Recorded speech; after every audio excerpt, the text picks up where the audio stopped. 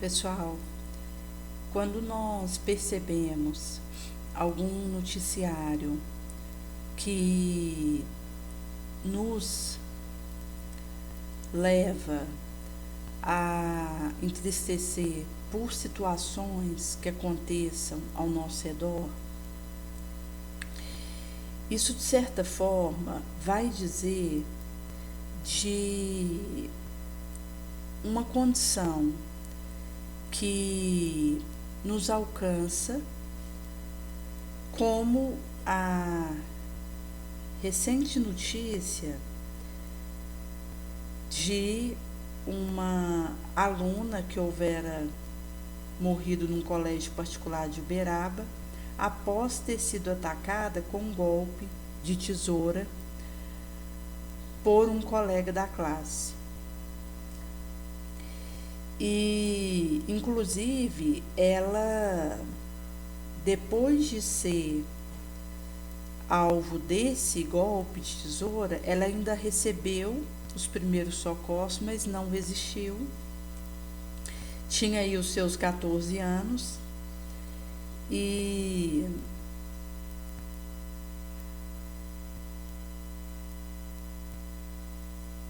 quando aconteceu a chegada dessa equipe de resgate, houve a tentativa de reanimar ela, mas ela não tinha resistido e teve ali a sua confirmação da morte no local mesmo. E, inclusive, vai mostrar uma situação que pipoca em torno das nossos acontecimentos, como uma briga que houvera tido ali entre alunos por furar uma fila do lanche e acabou tendo ali uma agressão durante o recreio numa dada escola. E houve também um outro relato parecido sobre uma discussão que virou briga entre alunas na saída de uma escola que tinha iniciado por picuinha menor numa rede social e crítica feita em referente à aparência física. E o envolvimento de uma mãe numa discussão que a filha teve na saída de uma outra escola e acabou no chão em briga com a adolescente. Essa mãe acabou rolando no chão com essa adolescente. E mostra que existe um cometimento que permanece silencioso enquanto uma instabilidade emocional que acontece e a parte espiritual que está com algum desajuste, e isso vem então a se manifestar em situações onde já se está num limite vibracional importante, em que o indivíduo ele já não tem força para resistir àquela situação que acontece e se vê entregue a um desvairamento, como nesse caso dessa aluna de 14 anos que houvera sido golpeada com a tesoura. Há uma fala associada que tem a ligação com bullying, o que aconteceu. E, naturalmente, que pode ter acontecido ali um desentendimento entre esses dois colegas, uma indisposição, mas que pode já ter o seu início bem antes. Inclusive, parece que ambos eram filhos de mães que trabalhavam ali nessa mesma escola particular, ali em cargo administrativo, de supervisão, direção, na parte ali que está no comando da escola. E mostra que, consoante Emmanuel vai dizer que existe um suplício consciencial que, enquanto nós estamos encarnados aqui, nós ainda desfrutaremos do poder de controlar o nosso pensamento. E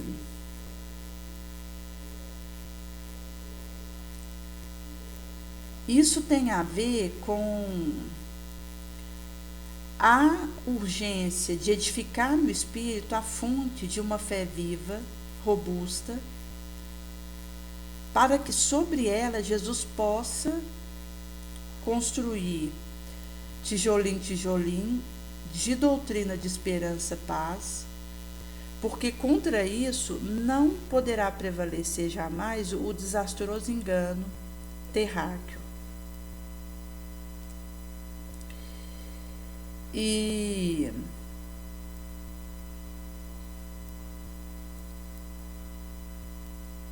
de certa forma, a abertura para que se realize na nossa vida a vontade de Deus, ela tem uma importância muito grande. Porque vai dizer da aceitação do seu querer e da reverberação que isso fará se dar. Por isso que a questão de ter essa antecipar para colher aquilo que Deus me orienta, vai levar à postura, conduta mental que eu entregarei ao meu entorno. Maria de Nazaré, quando ela teve ali a aparição do arcanjo Gabriel, do nascimento de Jesus, ela inclusive já sabia que seria mãe do Messias, porque isso já houvera sido revelado para os seus pais. E desde pequena a sua mãe houvera falado para ela sobre isso. Então, desde que ela se entendia por gente enquanto encarnado aqui nesse orbe, ela já tinha o saber de que conceberia o Messias. Mas quando aconteceu, inclusive quando ela estava sendo gerada, ela continuou trabalhando ativamente nas regiões umbralinas, que ela já tinha costume de trabalhar, nos evos da ampulheta do tempo. Ela já atuava ali junto aos espíritos sofredores das regiões sombrias, trevosas, junto aos suicidas. E quando ela estava sendo gerada, ela continuou fazendo esse trabalho massivo, ininterrupto. E quando chegou o momento em que ela foi ter essa notícia do arcanjo Gabriel, inclusive muitas adolescentes ali da sua época queriam gerar um Messias e que iriam fazer os outros acreditar que o Messias viria através delas. cada qual querendo trazer para si o ser mãe do Messias. Mas Maria silenciava em relação a isso. Em momento algum ela dizia que ela conceberia o Messias, ou que tinha sido revelado alguma coisa a ela a esse respeito, mesmo já sabendo, mas ela silenciava. Mas ela era percebida, mesmo ela tentando se apagar, ela destacava pela sua sabedoria diferenciada que ela trazia. Então, ali com os doutores no templo, acabava que ela era relevada ali, colocada em evidência, mesmo ela não querendo isso, devido à sabedoria e o discernimento que ela demonstrava. E com isso, aconteciam rumores de que o nascimento do Messias poderia estar ligado a ela no sentido de vir através dela. Mas ela não confirmava, era o silêncio e o trabalho sem solução de continuidade, sem interrupção. E quando aconteceu então do arcanjo Gabriel falar para ela, ela simplesmente responde: eis aqui a escrava do Senhor, faça-se em mim segundo a sua palavra. E essa atitude de Maria, de receber a vontade de Deus com felicidade, mesmo sabedora dos desafios que ela viveria, das provas e dos desafios, das lutas, embates que aguardavam, ela não titubeou um instante sequer e abraçou a vontade de Deus, pedindo que se cumprisse nela o seu querer, sem colocar qualquer condição, do tipo que fosse.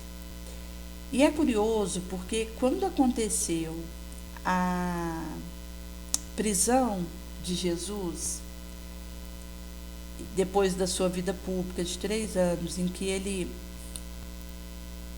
encaminhou-se para o martírio, no sentido de ter permitido que aquilo acontecesse, de não ter impedido, porque se Jesus quisesse impedir o seu martírio e a sua crucificação, ele o faria, sem dificuldade, mas foi algo que Jesus abraçou de modo próprio,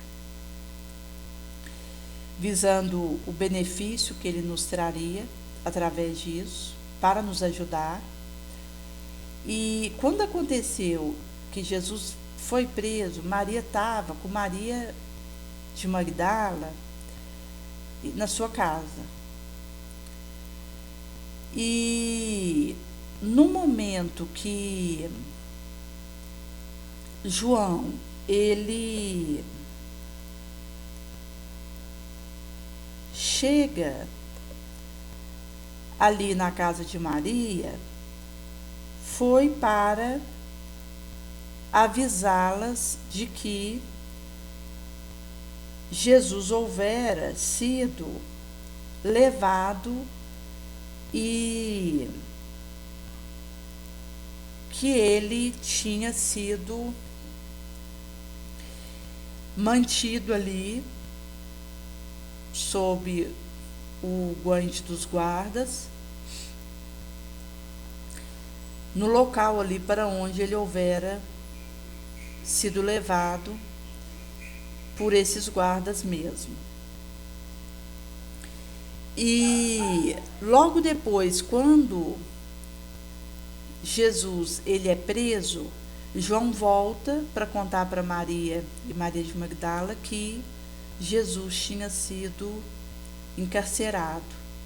Mas quando Jesus ele é condenado, João volta lá na casinhola de Maria e avisa para ela e Maria de Magdala que Jesus havia sido condenado. E ela então, nesse momento, resolve ir até Jesus. Daí, ela na companhia de Maria de Magdala, elas vão ali naquela noite fria, naquelas ruelas estreitas da cidade, até o local onde Jesus estava encarcerado. E quando elas chegam lá, Maria tem uma visão hórrida, que é Jesus com a coroa de espinho, em cujos espinhos estavam atravessando a sua testa para dentro, o perfuraram, ele estava sangrando, e com aquele cetro na mão, à guisa de reinado, sob cusparada, apulpo, açodo e zombaria, e todo machucado. E nesse momento,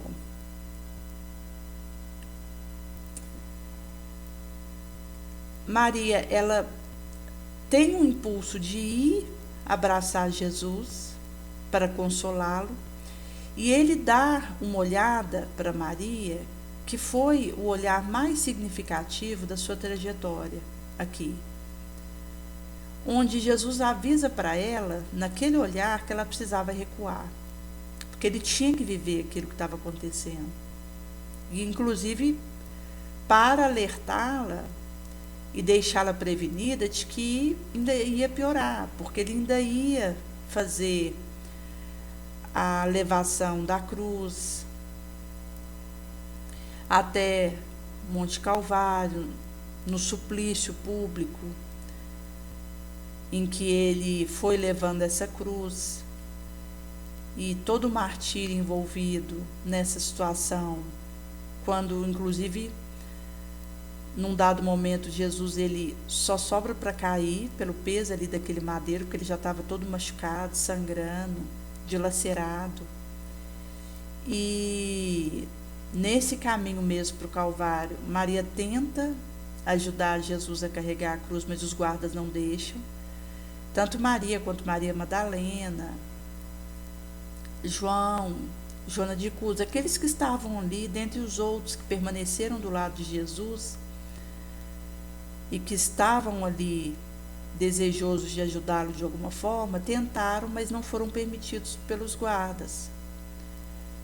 Quem foi usado para ajudar Jesus a carregar a cruz foi o Cirineu, que inclusive era um estrangeiro. E quando lá, em que Jesus ainda estava na prisão, e houvera sido coroado de espinhos, e que Maria tenta ir consolá-lo, Jesus, com esse olhar, avisa para ela que ela precisava aceitar o que estava acontecendo e o que viria a acontecer. E ela acolhe e resigna. Inclusive, ela teve uma tentativa de chegar mais próximo de Jesus, o guarda não permitiu, empurrou ela, ela bateu a cabeça, começou a sangrar. E ela então sentou ali numa pedra e permaneceu aquela noite ali, que uma noite de horror, porque Jesus estava ali dentro sendo supliciado, naquela noite toda, Jesus foi torturado barbaramente. E no dia seguinte, então, quando ele foi levado, a cruz colocada sobre ele, teria culminância ali no Calvário, onde Jesus viria a morrer na cruz, enquanto a morte do corpo físico. Mas no momento ali que Jesus estava na cruz e que estava nos seus últimos momentos, ele tinha falado para Maria acolher João como filho, que representava todos nós, e falado para João acolher Maria como mãe, que representava todos nós ali, acolhendo como nossa mãe santíssima. E ocorreu de que nesse instante ela lembra de Abraão, que no último instante que ia sacrificar o seu filho, teve a mão sustada por Deus e o filho não foi sacrificado. Então, até aquele momento, Maria ainda tinha esperança de Jesus sair daquela situação, ainda continuando a sua vida no corpo físico. Mas quando Jesus já estava ali dando seus últimos suspiros, ela viu que ele iria de fato embora, fisicamente, porque energeticamente Jesus continuaria conosco. E daí que ela lembra da aparição do arcanjo Gabriel para ela, dizendo que ela receberia o Messias, o Filho de Deus. E então ela pensa: Jesus, antes de ser meu filho, é o Cristo desse orbe, é o enviado de Deus para esse populácio, é o caminho, a verdade, a vida para tantos quantos aqui estão ligados a esse orbe, considerando a Terra, porque a gente sabe que existem outros orbes sob a tutela crística do Cristo. Mas Maria ali olhando para Jesus na cruz, associando com o que o arcanjo Gabriel houvera falado para ela lá atrás, há 33 anos atrás, ela conclui que Jesus, antes de ser filho dela, era o Cristo dessa humanidade. Era alguém que Deus tinha enviado para ajudar o povoléu, imerso na sombra, tal qual estávamos, e ainda nos debatemos nela, infelizmente, pelas nossas próprias fraquezas. E então ela resigna, e novamente ela diz: eis aqui a serva do Senhor, faça-se em mim segundo a sua vontade. Então, quando Jesus ele vai entrar encarnado aqui, Maria diz: eis aqui a escrava do Senhor, faça-se em mim segundo a sua palavra. E quando ele sai por essa morte na cruz hórrida, pela qual Jesus passou ali, considerando os suplícios, o martírio, até morrer naquela cruz da ignomínia, Maria ali termina a trajetória de Jesus aqui encarnado, dizendo novamente: eis aqui a serva do Senhor. Lá ela tinha falado a escrava, mas como que corroborando mesmo, ratificando o que ela houvera comentado há 33 anos atrás. Eis aqui a serva do Senhor, faça-se em mim segundo a sua vontade. Se nós fizermos uma associação entre 33 anos atrás e hoje, ali, considerando a trajetória de Maria, vamos perceber que a postura dela a cada pentelésimo foi acolher a vontade de Deus. aquilo que ele houvera orientado para ela. E quando nós percebemos a situação de pusilanimidade, desafiação da morte, rebelião que nós vivemos, isso mostra uma dificuldade de divisar a vontade de Deus e de realizá-la. Porque vai acontecer muitas vezes de nós termos a oportunidade de fazer o bem, que seria a vontade de Deus para a nossa vida, e não vermos.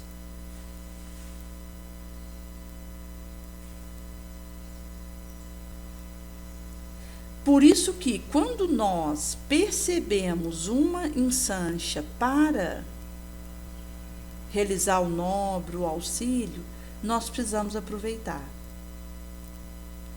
Então, às vezes, é aquele filho que está envolvido em droga,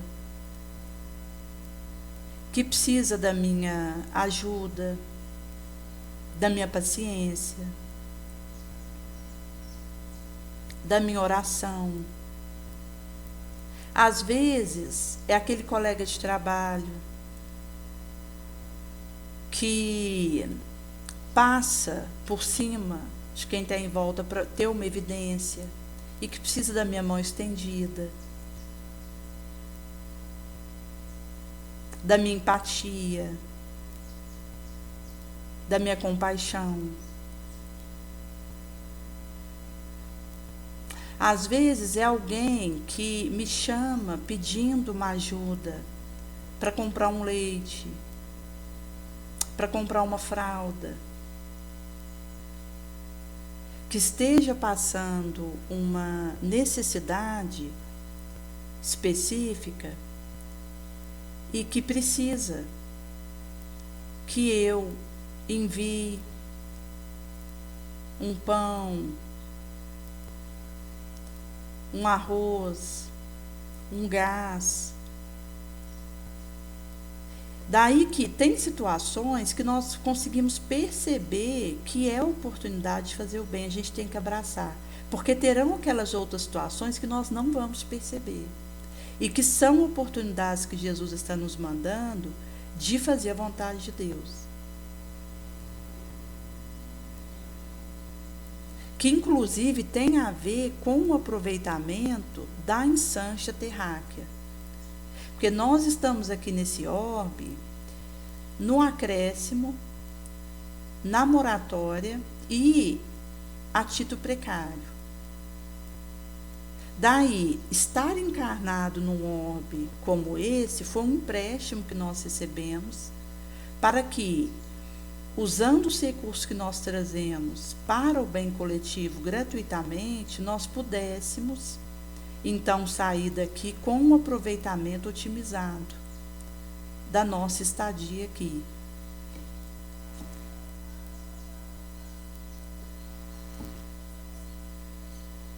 Com isso, a discernimento, a sabedoria, para que possamos, de fato,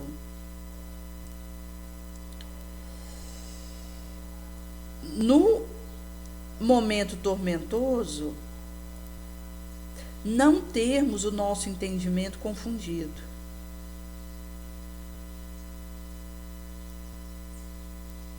Porque Jesus, ele houvera vindo buscar a dracma perdida do tesouro de Deus,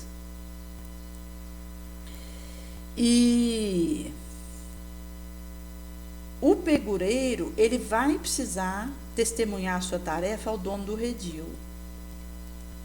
Se consideramos que vamos prestar conta de como temos usado o nosso tempo e como agimos nos momentos que percebemos a oportunidade de fazer o útil, o que levará auxílio.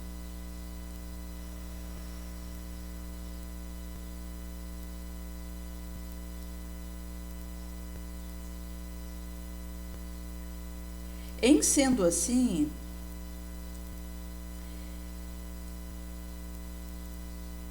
quando consideramos que viemos ao mundo para o bom trabalho, e em sendo assim, não poderemos ter outra vontade senão aquela que corresponda ao desígnio sábio de Deus. Daí, a nossa atitude precisa se dirigir ao cativado no sofrimento, ao escravizado, ao pecado, à expiação.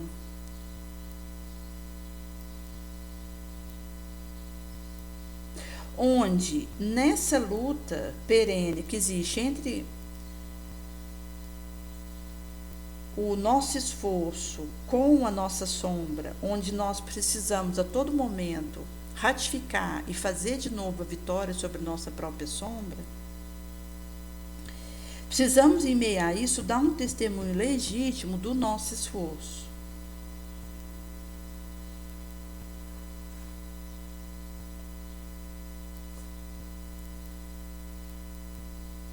Por isso que ponderemos que a palavra que ensina, ela somente vai ser justa se for selada por uma demonstração plena do íntimo valor.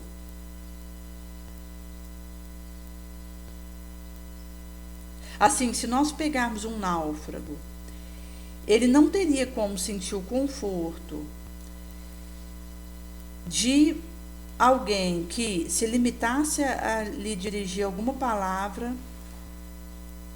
de alívio lá da praia, sendo que esse alguém está num ambiente seguro.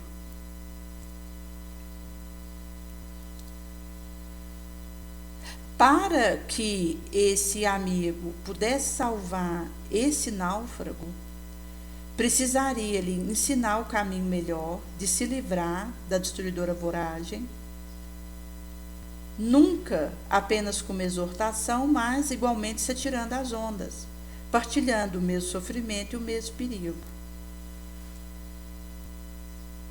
Porque esse testemunho, ele funciona à guisa de espelho. É um bote salva-vida que eu envio para o outro.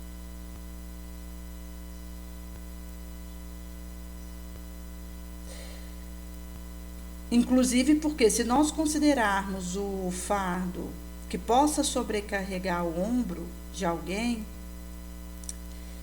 se eu examino isso, muitas vezes guiada por uma oportuna observação, eu só vou fazer a sobrecarga desse fardo. Mas, se eu tomo esse fardo com meu sincero esforço e o ensino como se pode atenuar o peso na curva e ciladas do caminho, eu vou suavizar e levificar essa bagagem para o outro. Em sendo assim, Jesus ele dá orientação consoante em Boa Nova, no capítulo 21, a lição da vigilância, onde num dado recorte diz: não espere triunfar, porque o reino ainda não é daqui, aquele que Jesus nos trouxe. E Jesus já, inclusive, avisara que, não obstante a vitória aparente que ele vinha demonstrando, ele entraria em Jerusalém para sofrer as humilhações mais penosas. A fronte seria coroada com ironia suprema, a turba o arrastaria como um ladrão simples, cuspiriam na sua face, dar-lhe-iam vinagre e fel, quando ele manifestasse a sede. Experimentaria dolorosa angústia, as piores, mas ele experimentaria em meio a isso o amparo daquele que o houver enviado. Nos mais difíceis e derradeiros testemunhos, ele teria seu espírito voltado para o amor de Deus e conquistaria com aquele sofrimento a sagrada vitória, porque ensinará ao menos forte a passagem pela estreita porta da redenção, revelando a cada qual que venha estar passando uma situação de sofrimento, o que é preciso fazer, como agir, a fim de atravessar as sendas do mundo, demandando vitorioso a eterna claridade do plano espiritual.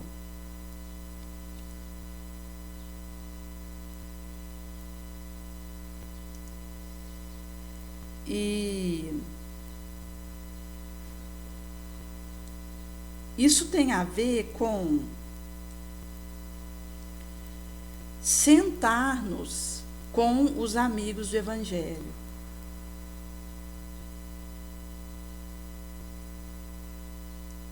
E remata: se alguém quiser vir após mim, renuncie a si mesmo, tome a sua cruz e me siga. O mapa do tesouro que eu deixo.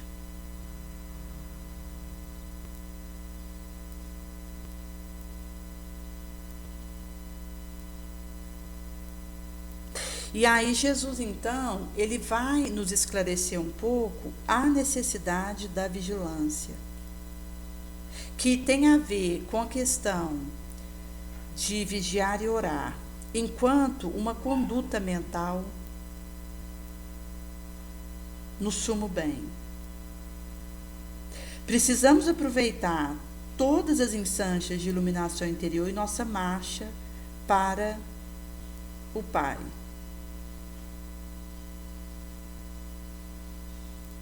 Para Deus.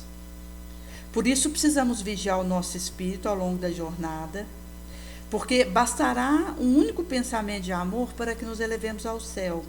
Mas na jornada terráquea também bastará uma fútil palavra, uma menos digna consideração, para que a nossa alma seja conduzida a um campo de desesperação e de estacionamento trevoso, vindo da nossa própria imprevidência.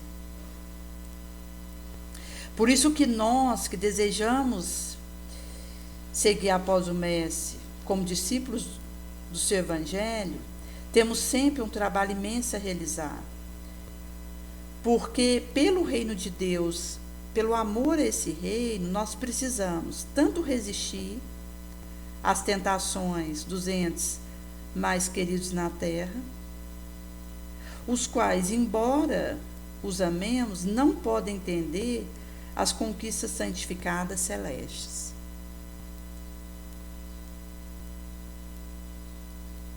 Que é realmente esse trabalho solitário e que passa por esse chamamento para que, acolhendo a revelação divina no gemal do santuário espiritual, sobre cuja desconhecida grandeza o cristianismo assenta a sua base, enquanto ali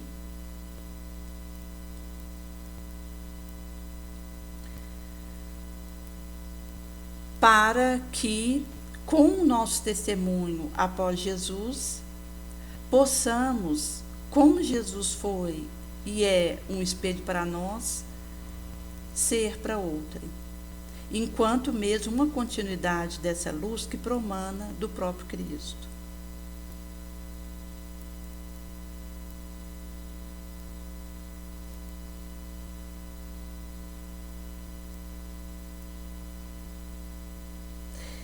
E isso tem a ver com os esforços que nós somos chamados a empreender em meio atropelamentos que nos alcançam, como essas notícias que vira e mexe chega e que mostra que quando é falado a questão de ilaquiar a mim mesma e vaguear errante, obsedada, hipnotizada por corrompida inteligência, isso vai dizer de uma conjugação em delito trevoso. Quando também venhamos a hipotecar energia ao sensualismo, que tem consequência destruidora, e ali na clausura da cova acabamos em lágrimas agressivos, quando percebemos que estaremos disputando com o verme a posse e a possibilidade de usar aquele corpo que agora é ruína.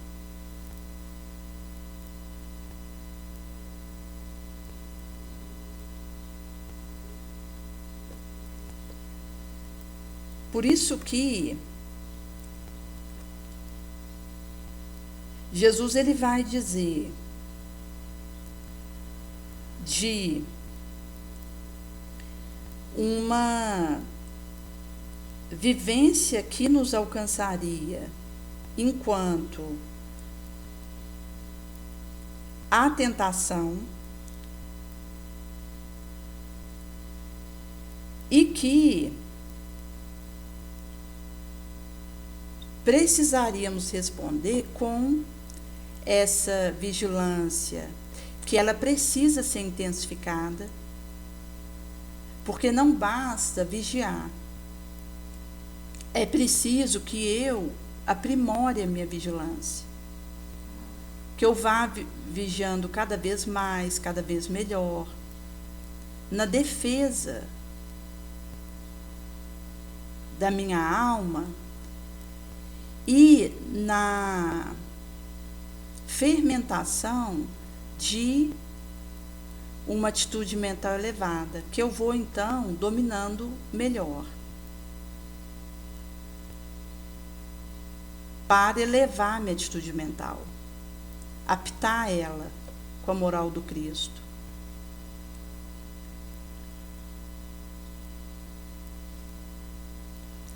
E a questão da oração, da prece, tem a ver com esse pensamento nobre. Porque a prece, ela não é só um momento em que eu faço uma dada oração,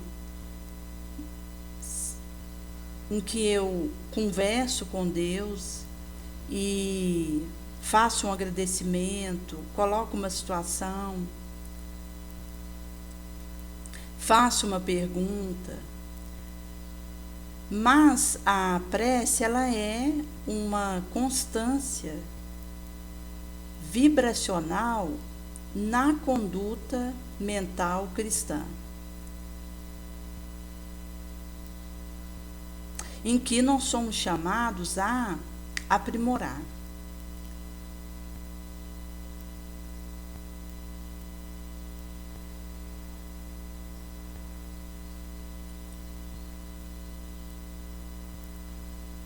E quando nós falamos a questão da tentação, de acordo com aquilo que eu cultivo, isso pode ter um efeito bumerangue sobre mim, o que me tenta, e se tornar insuportável. Por isso, às vezes, o indivíduo, ele está ali, escrevendo naquele caderno, sentado naquela cadeira, durante uma aula, lendo um livro, tomando um lanche ali naquele recreio. E, de repente, ele surge com uma tesoura para atacar uma colega. Porque, na verdade, uma brecha que começa a ser dada, ela atrai companhia, e de acordo com aquilo que eu me permito cultivar, o incitamento a dar essa agressão em alguém com essa tesoura, isso se torna irresistível para mim, eu cedo, por algo que eu já vinha emitindo, aceitando e sinergizando.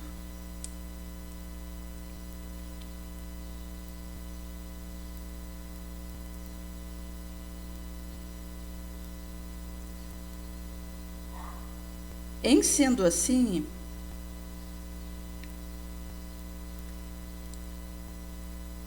a questão de vencer a provocação, a tentação, o assédio da espiritualidade inferior é um movimento em que eu vou fortalecendo a minha cautela, a capacidade de me auto-observar, observar o que acontece com o meu movimento, para que eu possa fazer essa alavanca ascensional.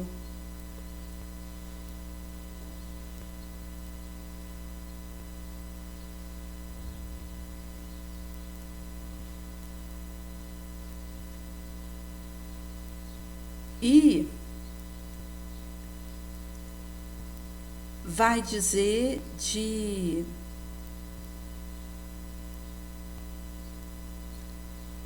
essa paz que é possível a gente amealhando quando somos capazes de resistir à tentação e tomarmos esse caminho que ele é solitário, é porta adentro da alma, em que eu tomo os ferramentais que eu vou precisar, me muno daquilo que vai me ajudar enquanto armas espirituais, caridade, resiliência, perdão, em que eu vou me munindo desses instrumentos e, com isso, é possível